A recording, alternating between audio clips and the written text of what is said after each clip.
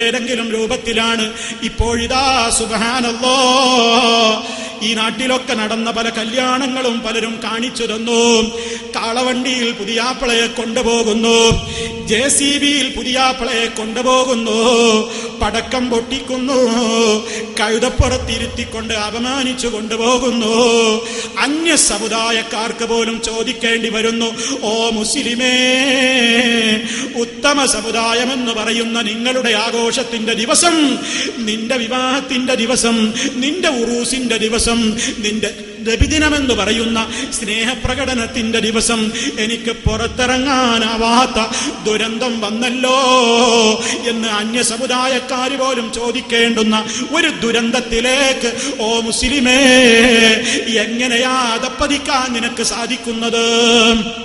മനസ്സിലാക്കണം, ഇവിടെ ഒരുപാട് ആളുകൾ ജീവിക്കുന്നില്ലേ, ഒരുപാട് സമുദായങ്ങളില്ലേ നമുക്ക് ചുറ്റും. എന്തേ മുസ്ലിമേ നിങ്ങൾ ഇങ്ങനെയായിപ്പോയി? എന്തേ നമ്മൾ ഇങ്ങനെയായിപ്പോയി? ആരെങ്കിലും കണ്ടോ കാളവണ്ടിയിൽ പുതിയാപ്പിള പോകുന്നത് അന്യ സമുദായക്കാര്? അവരെ JCBയിൽ ഇരുത്തിയോ? അവരെ ഇങ്ങനെ നാണം കെട്ട രൂപത്തിൽ കൊണ്ടു നടന്നോ? അവരെ ഇങ്ങനെ വൃത്തികെട്ട രൂപത്തിൽ ആഭാസ പ്രകടനങ്ങൾ നടത്തിയോ? കുടിച്ചു കൂത്താടി തലേന്നും പിറ്റേന്നും ഒക്കെ ഗാനമേളയും ആട്ടവും പാട്ടും ഡാൻസും കുപ്പി പൊട്ടിക്കലുമൊക്കെ ആയിട്ട് ആണും പെണ്ണും നടറോട്ടിലൂടെ ഉറഞ്ഞു തുള്ളിയിട്ട് അതേ ഏറ്റവും നീ നിന്റെ റബ്ബിനോട് നന്ദി പറയേണ്ടുന്ന സുന്ദരമായ റബ്ബ് നിനക്ക് അനുഗ്രഹിച്ചു തന്ന ആ സുന്ദരമായ ദിവസത്തിൽ പോലും നിന്റെ റബ്ബിനെ ധിക്കരിച്ചുകൊണ്ട് ആടിപ്പാടി ഡാൻസ് ആടിക്കൊണ്ട് ലഹരിയും സെക്സും അവിഹിതമായ ബന്ധങ്ങളുടെയും തുടക്കത്തിന്റെ ദിവസമാക്കി നിന്റെ കല്യാണ വീട് അത് പതിപ്പിക്കുമ്പോ പടക്കം പൊട്ടിച്ച് നിന്റെ ബൈക്ക് കൊണ്ട് നീ റോട്ടിലിറങ്ങിയിട്ട് പാവപ്പെട്ട മനുഷ്യർക്ക് ഉറങ്ങാൻ പോലും സമ്മതിക്കാതെ ചടപട എന്ന ശബ്ദം നിന്റെ ബൈക്ക് കൊണ്ട് പുറപ്പെടുവിച്ച് കല്യാണത്തലേന്ന് അന്യ സമുദായക്കാർക്കും ആർക്കും ഉറങ്ങാനാവാത്ത നിലക്കുള്ള ഒരു ദുരന്തമുണ്ടാക്കിയിട്ട് നടുറോട്ടിൽ ഏറെ നേരം ബ്ലോക്ക് സൃഷ്ടിച്ചിട്ട് ഒരുപാട് ആളുകളെ അറിയിച്ചുകൊണ്ടുള്ള നിന്റെ ഈ കൂത്താട്ടം മുസ്ലിമേ തുല്യമായ ഒരു ദിവസമാ നിന്റെ ഖബറിലേക്കുള്ള പോക്ക്. ഓർക്കുന്നുണ്ടോ? അത് ഓർക്കാൻ കഴിയുന്നുണ്ടോ?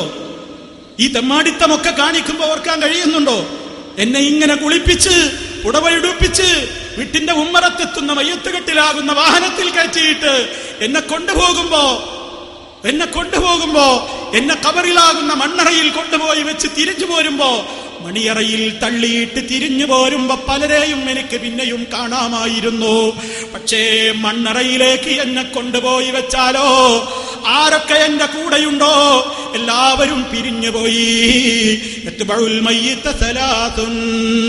മയ്യത്തിനെ 3 കൂട്ടം ആളുകൾ അനുഗമിക്കുന്നുണ്ട്.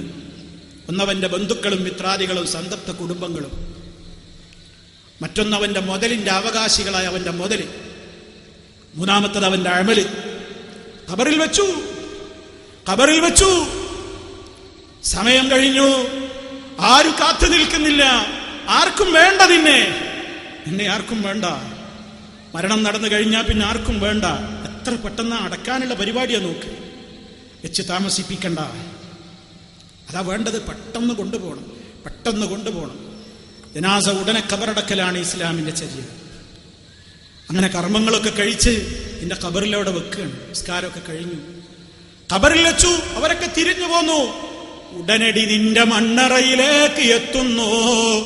നിമിഷ നേരം കൊണ്ട് മലക്കുകൾ വരവായി. ഖബറിലേക്ക് വന്നു. നിന്നെ മറമാടിയ ആളുകളൊക്കെ പോയി തീർന്നിട്ടില്ല. അപ്പോഴേക്ക് എത്തി മലക്കുകൾ എത്തിയിട്ട് ചോദ്യാണ്. മഹാനായ മുഹമ്മദുർ റസൂലുള്ളാഹി സ്വല്ലല്ലാഹു അലൈഹി വസല്ലമിനെ കുറിച്ചൊരു സ്പെഷ്യൽ ചോദ്യമുണ്ട്. സ്വല്ലല്ലാഹു അലൈഹി വസല്ലമിനെ കുറിച്ചൊരു സ്പെഷ്യൽ ചോദ്യമുണ്ട്. ഈ ആള് നിനക്ക് പരിചയമുണ്ടോ എന്നാണ് ചോദ്യം. ഇയാളെ നിനക്ക് പരിചയമുണ്ടോ? നബി സല്ലല്ലാഹു അലൈഹി വസല്ലമിനെ കുറിച്ചുള്ള ചോദ്യം വരുമ്പോൾ സത്യവിശ്വാസികളായ മനുഷ്യരാണെങ്കിൽ അവരുടനെ തന്നെ പറയുകയാണ്, ഹുവ മുഹമ്മദുർ റസൂലുള്ളാഹ്. അല്ലാഹു നമ്മെ ഉൾപ്പെടുത്തുമാറാകട്ടെ.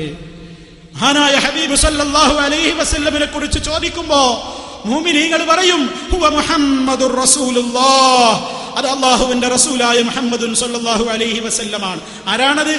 ജാഅനാ ബിൽ ബയ്യിനാതി വൽ ഹുദാ ഫഅജബ്നാ വത്തബഅനാ ഹുവ മുഹമ്മദുൻ ഹുവ മുഹമ്മദുൻ ഹുവ മുഹമ്മദുൻ എന്നിങ്ങനെ സത്യവിശ്വാസികൾ ഇങ്ങനെ പറഞ്ഞുകൊണ്ടിരിക്കുന്നു.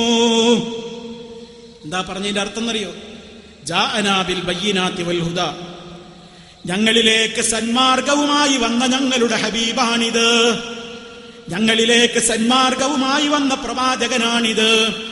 ആ നബി സല്ലല്ലാഹു അലൈഹി വസല്ലമ ഞങ്ങളോട് സന്മാർഗത്തെ പഠിപ്പിച്ചു തന്നപ്പോൾ ഫഅജബ്നാ, ഞങ്ങൾ ഉത്തരം ചെയ്തിട്ടുണ്ട്.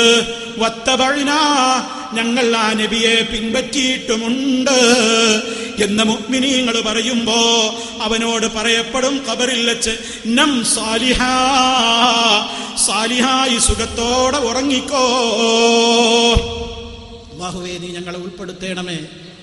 ആ നിലക്ക് മലക്കുകളുടെ സന്തോഷ വാർത്ത കേൾക്കണം. സുഖമായിട്ട് ഉറങ്ങിക്കോ, സുഖമായിട്ട് ഉറങ്ങിക്കോ.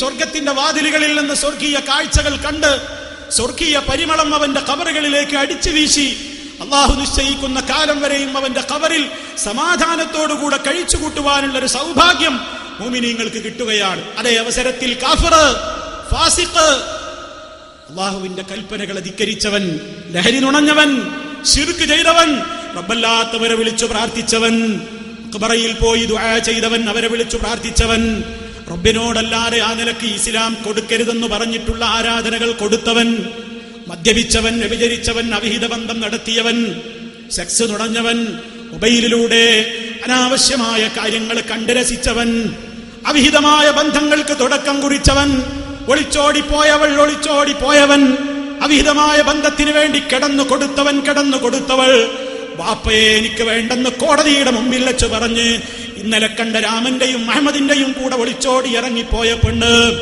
ചീത്തയായ കാര്യങ്ങൾക്ക് വേണ്ടി ഭർത്താവിനെ പറ്റിച്ചുകൊണ്ട് ആ ഭർത്താവിൻ്റെതായ പണം ഉപയോഗപ്പെടുത്തിക്കൊണ്ട് വൃത്തികെട്ട രൂപത്തിലുള്ള വ്യഭിചാരത്തിന് വേണ്ടി വീട്ടിലേക്ക് ക്ഷണിച്ചു വരുത്തിയ പെണ്ണ്, അതിനുവേണ്ടി വ്യഭിചാരത്തിന് വേണ്ടി ഓടി നടന്നവന്, ആരൊക്കെ ഏതൊക്കെ വൃത്തികേടുകൾ ചെയ്തവരാരൊക്കെയുണ്ടോ അവന് പറയാൻ കഴിയുന്നില്ല. നബി സല്ലല്ലാഹു അലൈഹി വസല്ലമിനെ കുറിച്ച് ചോദിക്കുമ്പോ അവൻ ഒന്നേ പറയാനുള്ളൂ,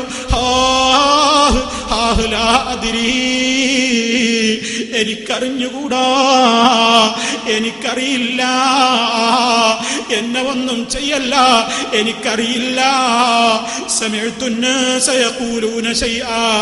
ആളുകൾ എന്തൊക്കെയോ പറയുന്നത് ഞാനും കേട്ടിരുന്നു, അത് ഞാനും ഏറ്റുപറഞ്ഞിരുന്നു എന്നതല്ലാതെ ആ റസൂൽ സല്ലല്ലാഹു അലൈഹി വസല്ലമിനെ ഞാൻ വിശ്വസിച്ചിട്ടില്ല, അവിടുന്ന് പറഞ്ഞതുപോലെ ജീവിച്ചിട്ടില്ല, അവിടുത്തെ കർമ്മങ്ങളെ ഉൾക്കൊണ്ടിട്ടില്ല, അവിടുന്ന് പഠിപ്പിച്ച വിശ്വാസം സ്വീകരിച്ചിട്ടില്ല, അവിടുന്ന് പഠിപ്പിച്ച സംസ്കാരം ഞങ്ങൾ സ്വീകരിക്കാതെ പോയി, അതുകൊണ്ട് ഒന്നും ചെയ്യല്ല എന്ന് പറഞ്ഞുകൊണ്ട് കേണപേക്ഷിച്ച് പൊട്ടി കരയുമ്പോൾ അവനോട് പറയപ്പെടുന്നത് ലാ ദറൈത വലാ തലൈത്, നീ ഒന്നും പഠിച്ചില്ല, ഒന്നും മനസ്സിലാക്കിയില്ല, ഒന്നും നീ അറിഞ്ഞില്ല അല്ലേ, ഒന്നും അറിഞ്ഞില്ല അല്ലേ.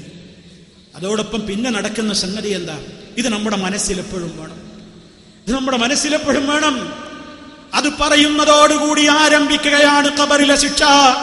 ഞാനും നിങ്ങളും 5 നേരത്തെ നിസ്കാരങ്ങളിൽ നിന്ന് വിരമിക്കുന്നതിന്റെ മുമ്പ് അല്ലാഹുമ്മ ഇന്നി അഊദു ബിക മിൻ അദാബിൽ ഖബർ, അല്ലാഹുവേ ഖബർ ശിക്ഷയിൽ നിന്ന് ഞാൻ